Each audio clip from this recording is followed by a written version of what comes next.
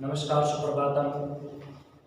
संधि का हमारा प्रकरण चल रहा है और संधि में चल रही है व्यंजन संधि। कल हमने आपको बताया था अनुनासिक के वो अनुस्वार प्रश्रवण संधि।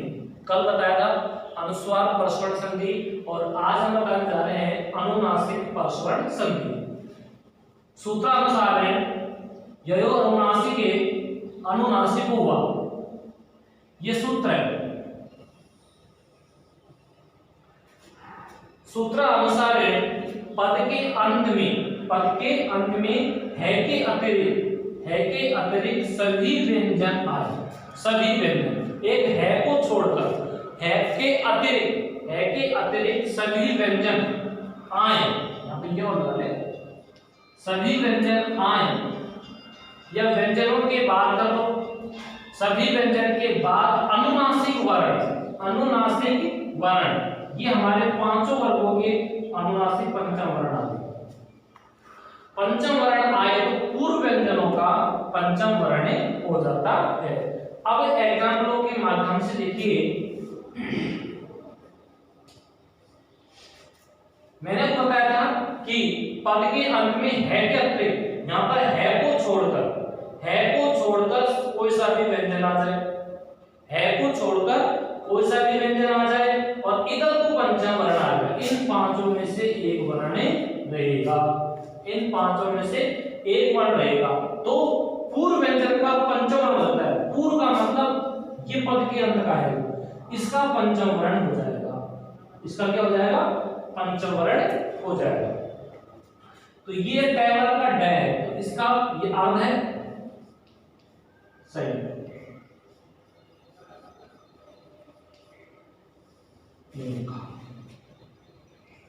इधर आ रही है, यहां पर द है क्या अतिरिक्त है तो नहीं है, ठीक है। आगे यहां पर ये पंचम वर्णों में से क्या आ गया? ये में आ गया, ये है तैवर का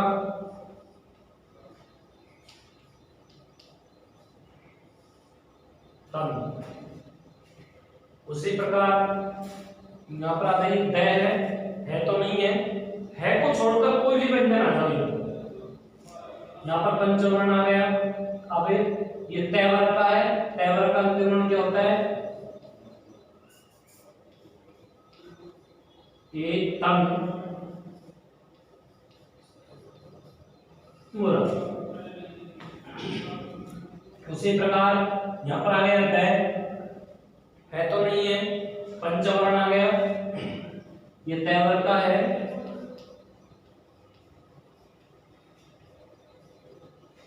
चिन्ह। उसी प्रकार यहां पर चलते हैं, है के अतिरिक्त है तो नहीं है के अतिरिक्त कोई सा वर्ण आ जाए, पे आ गया, यह पंचम वर्ण है इनमें से, अब इसका पंचम वर्ण हो जाएगा।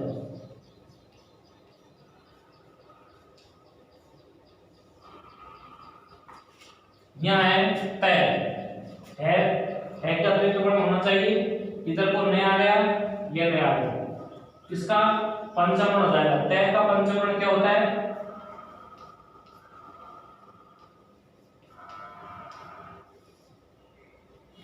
इधर देखिए है नहीं है, ये पंचम वर्ण आ गया इसमें से, इसका पंचम वर्ण कर दो, क्या का पंचम वर्ण,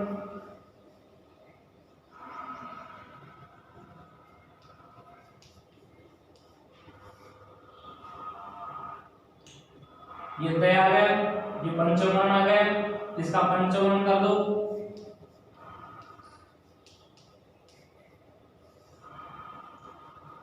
ये है क्या अतिरिक्त है, ये पंचम वर्ण आ गया, इसका पंचम वर्ण कर देंगे,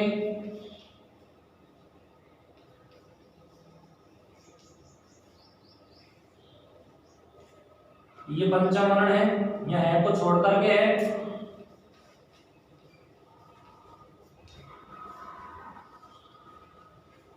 ये हमारी हुई अनुनासिक परस्वरण संधि। अनुनासिक परस्वरण संधि के अंतर्गत केवल आपको यह ध्यान करना है कि पद के अंत में है को छोड़कर कोई सा भी व्यंजन आ जाए, कोई सा भी व्यंजन आ जाए। और दूसरी बात, सामने इधर को पंचम वर्ण हो तो इसका जो भी कोई वर्ण आएगा उसका हम पंचम वर्ण कर देंगे। अनुनासिक संधि में और ज्यादा कोई प्रॉब्लम वाली बात नहीं है। अगली संधि है हमारी तौरली। अगली संधि है तौरली। तौरली में हम नाम से भी जान जाते हैं तौरली। तौरली का मतलब यह होता है कि तय वर्ग का हम लय कर देते हैं। संधि के नाम से हम संधि को आदि जान लेना आवश्यक है, नाम से ही जान लेना। तौरली यानी तय वर्ग का लय वर्ग होना।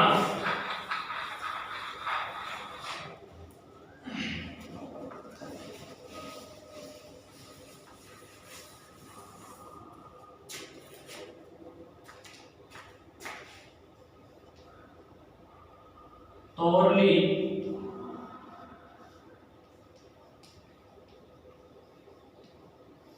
संधि यदि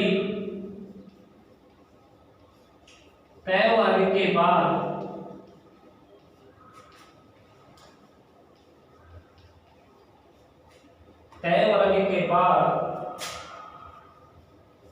लय वर्ण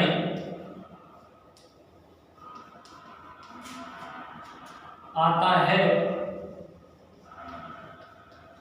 तो तय वर्ग के स्थान पर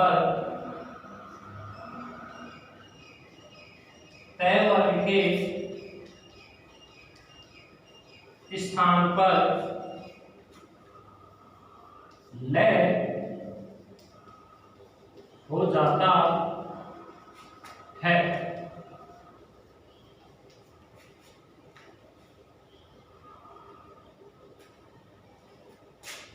तो तौरली का मतलब है तय का लय। नाम जान लो, संधि याद करने की आवश्यकता नहीं है, केवल संधि के नाम से जान लें कि तौरली का मतलब होता है कि तय वर्ग का लय होना। यदि तय वर्ग के बाद लय वर्ण आता है तो तय वर्ग के स्थान पर लय हो जाता है। जैसे हमने यहां पर लिखा तत् धन लीन, इधर को हमारा तय वर्ग आ गया, इधर को आगे आ गया लय। ठीक है, सीधी सी बात है कि तय वर्ग के बाद अगर लय आता है तो तय वर्ग के स्थान पर लय कर देंगे। ये हमारा तय अर्ध है तो देखिए हमारा अर्ध रहे। दूसरा एग्जांपल है जगत धन लय, ये तय वर्ग रहा, ये हमारा लय है तो तय का हम कर देंगे लय।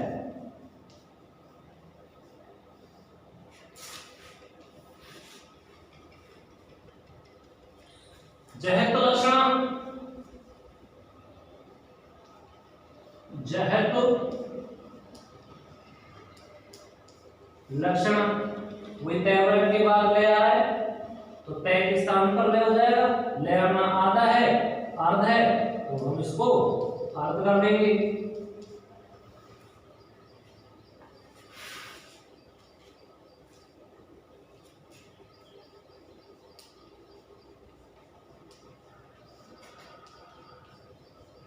विस्तृत लंका, विस्तृत लंका, ये तय वर्ग रहा, ये लय रहा।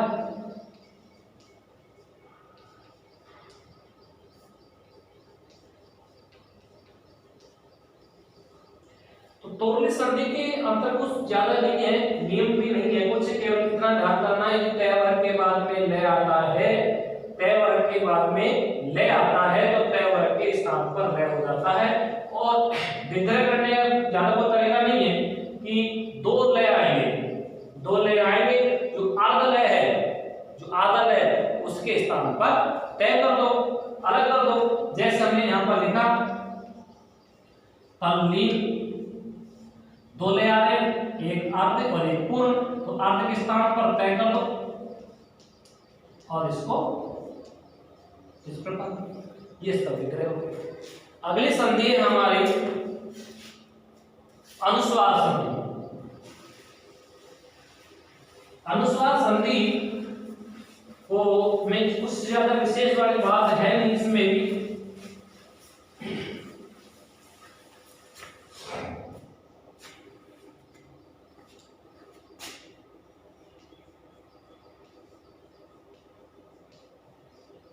अनुस्वार संधि। अनुस्वार संधि में यदि अनुस्वार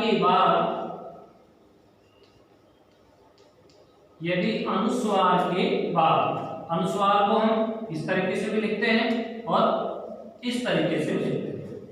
यदि अनुस्वार के बाद कोई व्यंजन आए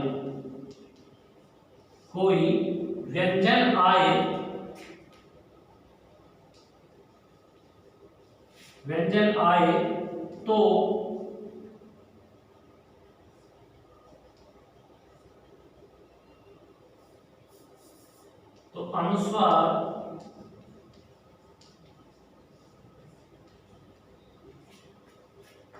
तथा स्वर आए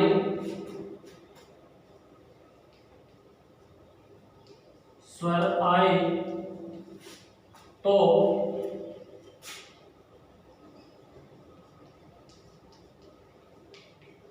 अनुस्वार होता है।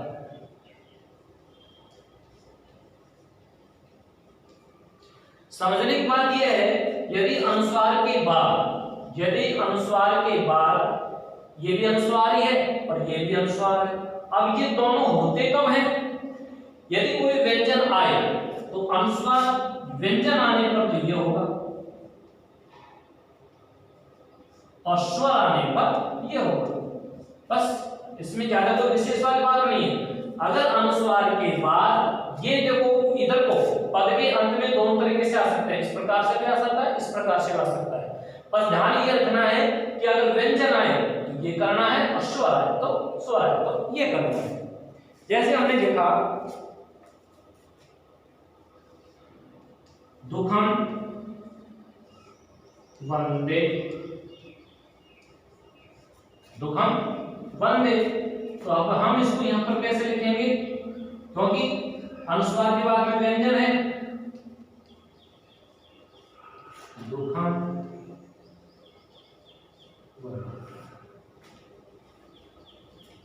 जैसे लिखा ग्रहण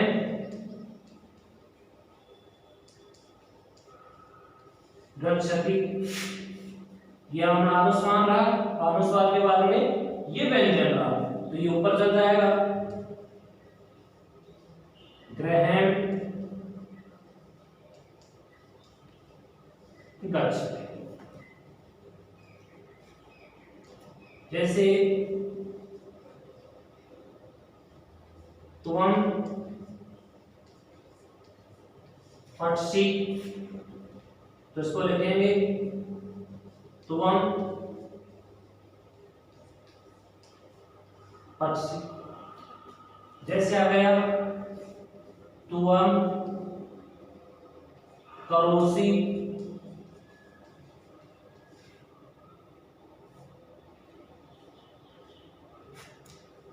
तो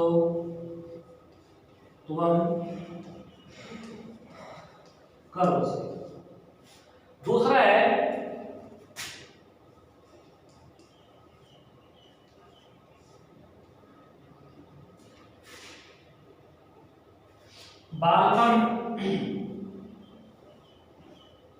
बालकम, जैसे प्रकार किया बालकम अपश्यति। अब अनुस्वार के बाद में क्या है? ए आ रहा है, तो इसको हम लिखेंगे बालकम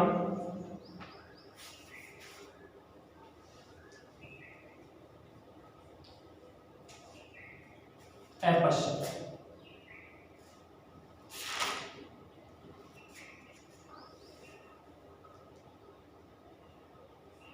जैसे आ गया सिंघम एवदत्।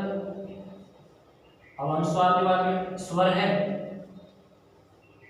तो ये हो जाएगा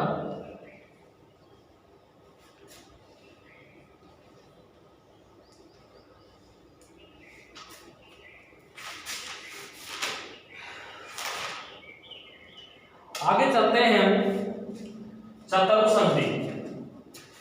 आगे चलते हैं चतुर्थ संधि।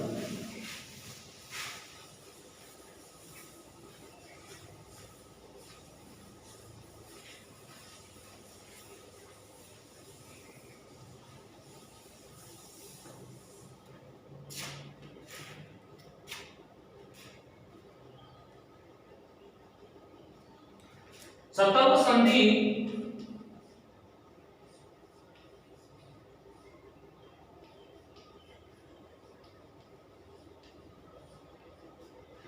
जब पहला, दूसरा, तीसरा, चौथा वर्ण तथा स है के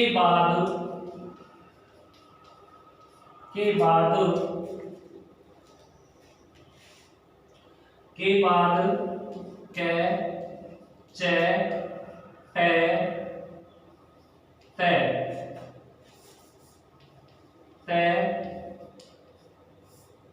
प, स आए तो पूर्व वर्ण का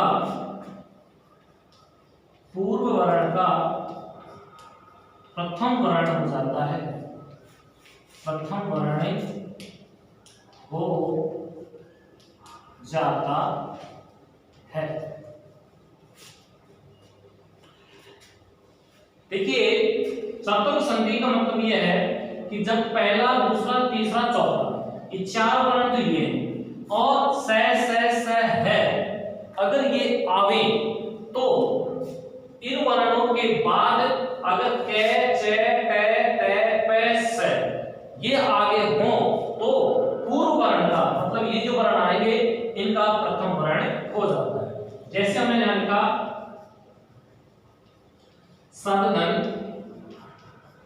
का, ठीक है, इनमें से वर्ण आ गया तीसरा, इसके बाद में यह आ गया क, तो अब पूर्व वर्ण इसका क्या हो जाएगा, प्रथम वर्ण हो जाएगा। तो यहां पर लिखेंगे सत्कार, तय का पहला वर्ण हो जाएगा सत्कार। जैसे हमने यहां पर लिखा उद्घने पन्न, ठीक है, ये तीसरा वर्ण आ गया, इधर को यहां पर पे आ गया तो इसका पहला हो जाएगा, यहां लिखेंगे उत्पन्न, उत्पन्न। फिर यहां देखा हमने विपत ध्वनि का, क्या लिखा, विपत ध्वनि का, इसका पहला हो जाएगा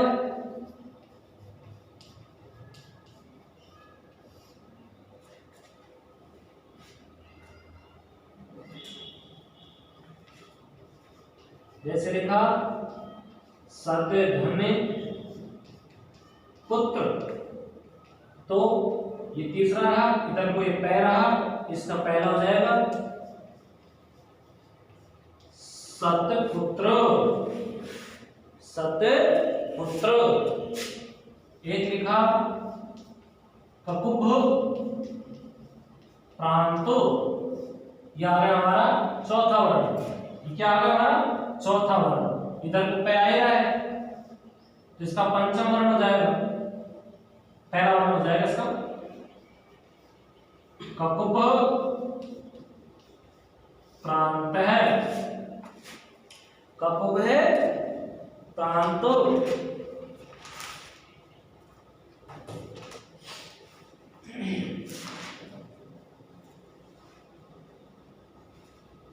कैसे लिखा